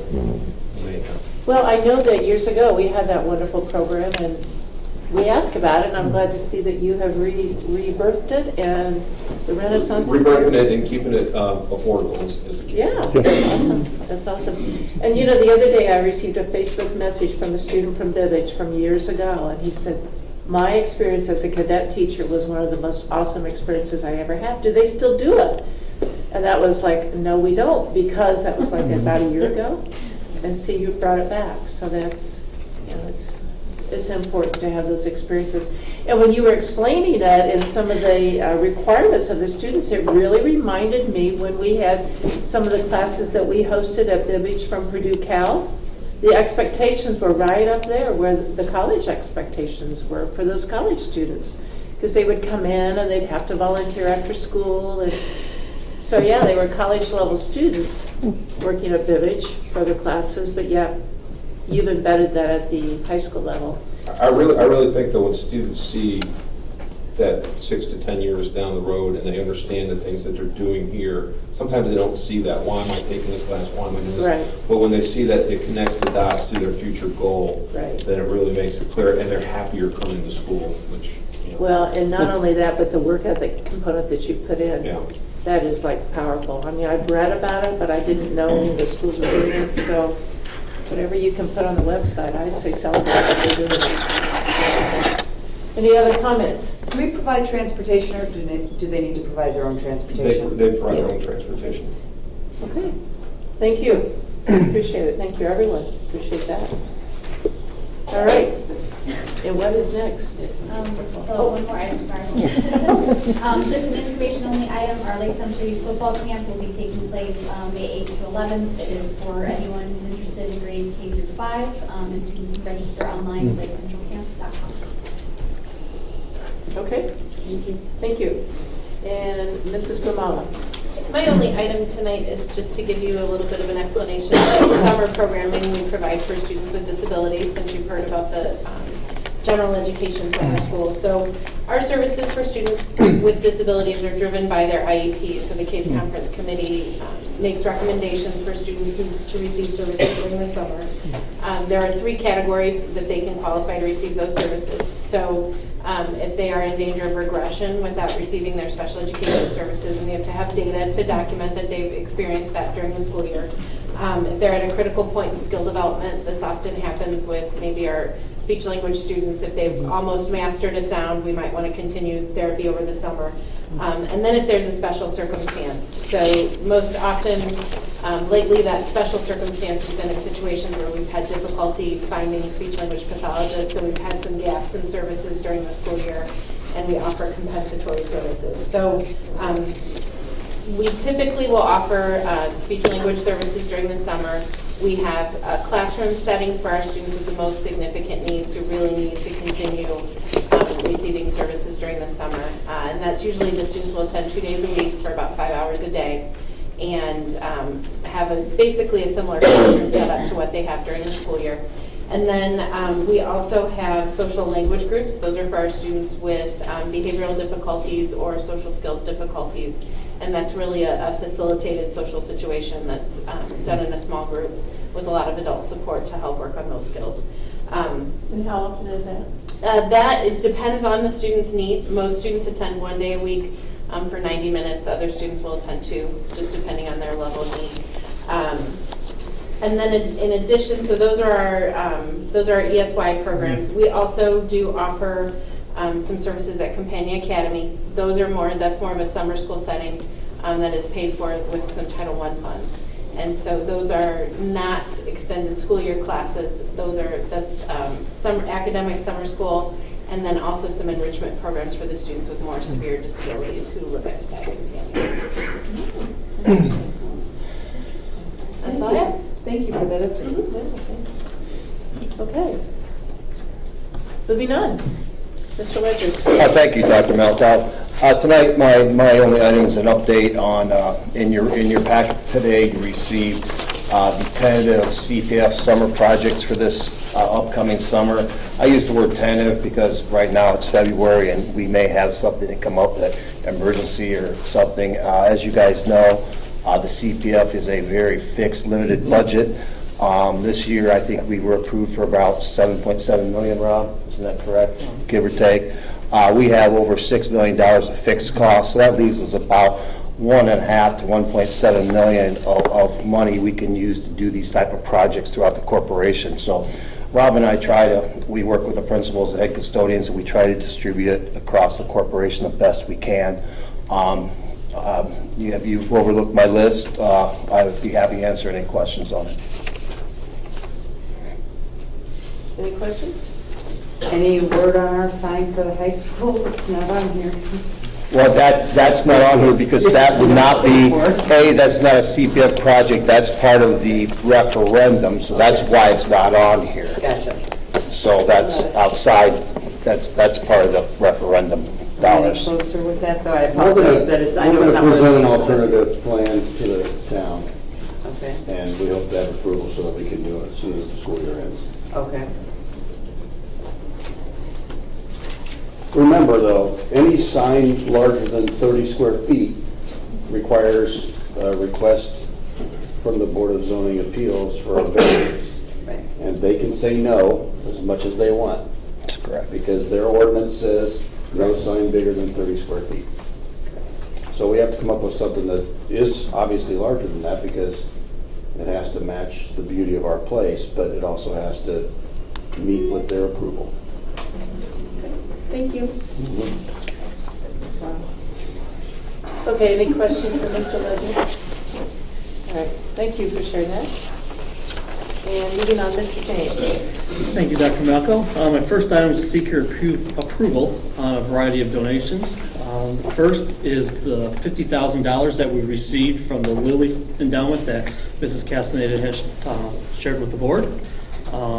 Also, the Lake Central Gymnastics team received a donation of $960, and the high school boys golf team received a donation of $1,000. The Grimmer PTO donated $100 to the school's yoga club for the purchase of some blocks and straps and items for the club. On the given side, the high school Interact Club recently sold roses for Valentine's Day. They would like to donate the $718 raised to the family of the freshman coping with the medical disorder that we've talked about here. The high school student council would like to donate $3,300 to Riley's Children's Hospital. Comes out to approximately $1 per student. The high school boys and girls basketball teams recently held Coaches for Cancer games. The boys would like to donate the $689 that they raised, and the girls would like to donate the $312.30 to the Cancer Research Center. And then finally, the Grimmer National Junior Honor Society sold some bracelets, hearts, and pins during lunch for the American Heart Association, and they like to donate the entire $121 that they raised to the American Heart Association. So I seek your approval on those donations recently received and to be given. Move to approve. Second. Okay, we have a motion and a second to accept Mr. James's recommendation. Are there any questions? Okay. And all in favor? Aye. All opposed, same sign? Okay, motion carries. Thank you. My other item is I just want to touch on a little bit more on the current state of the budget bill in the General Assembly. Dr. Veracco alluded a little bit to some of the pieces of the bill. As we know, the governor's original proposal was a 1% increase in the first fiscal year and then a 2% increase in the second year. Last week, there was an amendment to the bill in the House where the bill starts by the chairman of the House Ways and Means Committee, Mr. Tim Brown, and that has changed the governor's original plan, and which could, on the surface, be helpful for not only Lake Central but for other schools in across the state. Under this plan, there would be an increase of $273 million over the biennium to the state tuition support, but as Dr. Vrocko alluded to, a portion of that is coming from the performance grant that was outside of the school funding formula. They would be getting rid of that and bring it here. It's also being touted how the foundation amount to the formula would also increase. If you recall, what we get for tuition support is made up of the foundation and then what's called the complexity index, which gives additional dollars for the more impoverished areas there. But in essence, everyone starts with the same foundation, same base. So the new proposal would increase the base by approximately $158 for everybody across the state. That's about a 3.1% increase in funding, which it sounds great. And then I did a little more in-depth looking into that over the weekend and today, and I found where some of that money is what they're doing is they're pulling money out of the complexity portion and moving that into the foundation. So the foundation actually portion is going up approximately $480 million, but 270, approximately 55% of it is coming out of the complexity amount. So that is a shift in new money, but even if you work that all the way through, there's also a piece to increase a little bit of the special ed dollars we receive. Overall, it would still be the net is still $273 million additional into K-12 in the formula, again, where that performance grant is a piece of that as well. So with that shift from complexity to foundation, it looks as if they're trying to put more value in hitting as many schools as possible where everyone is getting money added to the base. But with that decrease in complexity, it's about a 15% decrease statewide. From what I saw, some states might be losing 5%, some might be losing 25% of that portion of it. I did find today on the legislative website for a study that LSA did, more specifically on how all that would trickle down to us, because as much as I care about other school districts around the state, I am a little selfish and I care about us the most. And based on their projections, they show our funding, if based with these parameters in the budget amendment, which I must add was approved and is part of the House version now. So that is how the current bill stands. We would see an increase in our overall funding about 1.6% in the first fiscal year and about an additional 1% the second fiscal year. This is based on our ADM actually decreasing approximately 60 students per year, which seems about reasonable. Our total amount per student would increase instead of the $158, it's more so maybe in the $100 range. But with that being said, based on our enrollment, if this bill went through as it is, we could see an influx of over $900,000, maybe pushing $1 million into our school district for next year, which obviously would be great. But like I must caution the board, it is February 20th, and we still have 2 months more to go in the budget session. But this is just how the bill currently stands on the House side. Once it gets to the Senate side, in essence, they start the process over, and they'll meet somewhere in the middle. But as we know, the House Ways and Means Committee is a very powerful committee, and this is what their recommendation is. This is how the bill is coming out of that committee. Given the fact that we know both sides of the House are very dominant on the Republican side, I wouldn't see the Senate side being drastically too much different. But again, we don't know. They may have some different philosophies. Some other points of the amendment that I just want to kind of bring to your attention was, again, some additional money for the severe disabilities and the special ed grant. The proposal now is to still continue to have the second ADM count in February. However, that will be removed from the tuition formula. So currently, as Dr. Varacco mentioned earlier, when they take that second ADM count here in February, they base our second semester funding based on that. And even though we may lose, this year we only lost 25 students, but in the past that's been somewhere in the range of 75 students per year because of the graduations. We lose that money for the second half, and as you know, we're not going to be decreasing staff or teachers at that point.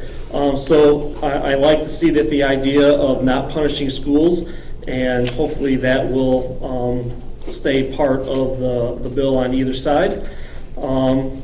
So we'll see how it goes, but like I said, with the way the bill stands now, with the estimate of approximately 60 less students district-wide, we could see an increase of over $900,000 the first year and potentially another $500,000 to $600,000 the second year. Just again, based on these estimates as a whole. So things look a little more promising than maybe they were in the original budget proposal. Rob, why is the second year smaller when they're trying to? That's just how it works out for us. It could just be the way the formula trickles down. You know, we would be losing, in this projection is losing 60 students the first year, losing an additional 60 students the next year. So over that 2-year time frame, 120 less students overall would affect the number of dollars that we get here. If our enrollment was steady, it wouldn't be that amount. So. Thank you, again, Rob. that's just kind of where we are. It is promising. Again, as you know, we're meeting with the legislators on March 3rd, and I think we'll just kind of try to get an update from them. I'm not sure what the time frame is from when things go from the one side to the next, but Mr. Slager, Mrs. Olthoff, they are on the House side, so it may already be out of their hands at that point, but maybe we can just reiterate to Mr. Niemeyer about how him being a senator, that if we can maybe steer things in this direction. It does appear that, again, they are trying to affect all schools across the district by adding money to the base. But again, just to caution everybody, as is correct, and we've seen historically, the numbers aren't always what they appear to be when they say they're increasing this. Yes, they are increasing that, but when they're pulling it from another source, it doesn't necessarily mean the entire amount is all new money. So, but things are looking as potentially positive for the district. And all districts, I would guess, across the state. Very good. So. Questions? Thank you. Are you going to be there on March 3rd? I intend to be, yes. Okay, so I think that would be good for you to share from your business perspective, you know, what's trickling down. I really do believe our legislators are open to hearing, and they hear the one side, and we need to bring to them our side and our interpretation of the bills that are coming through. So that's why it's important to have Mr. Gandolfi there share about what he's learned about the mental health, and then also Rob to share what you've learned about the way the budget's going to be. All right. Are there any public comments? I'm sorry. Okay. Board comments and consideration of future agenda topics. Mr. Marshall? I have nothing this evening. Okay. And Mrs. Suze? Nothing either. Mrs. Lesinski? Just want to reiterate what great opportunities we have for our students and what incredible staff and community members that we have. And we couldn't do it without all of you, so thank you very much. We greatly appreciate all of you. Absolutely. Take that back to your buildings, please. And I do want to thank our administrators for the time and extra effort they put into some of the presentations for tonight, because as you know, when we have limited budget monies, we have to make decisions based on what's going to be best and what is successful. So it helps us to know this information. Mr. DeLauder, I happened to see you and I had two questions for you. Is there still career education requirement by the state at the elementary? Do you know? I don't Okay. know. Okay. There is, I don't think there is. Do you remember years ago, and he's like the senior member, so I'm asking him, but do you remember when they instituted Constitution Day in September? Is that still out there? I believe that was before my time. Oh. But I remember it being around, yes. Okay, okay. And then, Mr. DeLauder, on occasions I have people that ask me why our money leaves the region and goes to Indianapolis. So, I mean, I think it's a wonderful program, but, you know, logistically, because of where we're located, I have people that question the money going to Indy. So is it feasible that at some point you can give us some information on that? For our For the Riley Rileys? Hospital? Uh-huh. Absolutely. Yeah. How many of our kids go down there and how many are impacted? And Absolutely. that would be helpful, I think, for all of us because. I think there are more children from the region going to Riley's than what you'd be surprised. I think we're if I remember correctly, I think we're the second largest county in the entire state that sends children. And it's Yeah. referral from local hospitals that send children to Riley's, that they can That's get their better care there. Yeah, so if we have that information, that'll be helpful for I all can of get us that for you. as we're asked questions about it, so. Sure. Very good. All right, anything else for the good of the cause? And the See you in calendar, 2 weeks. please. Oh, our next time together is March 3rd, right? Our next time together is March 3rd. Looking forward to our meeting with the legislators. Anything else, Dr. Rocco? No, not this I'm evening. sorry, I always forget about the calendar. Thank you all for coming tonight. We appreciate all your efforts. Move for adjournment. This for adjournment? Second. Second. Meeting adjourned. Sorry.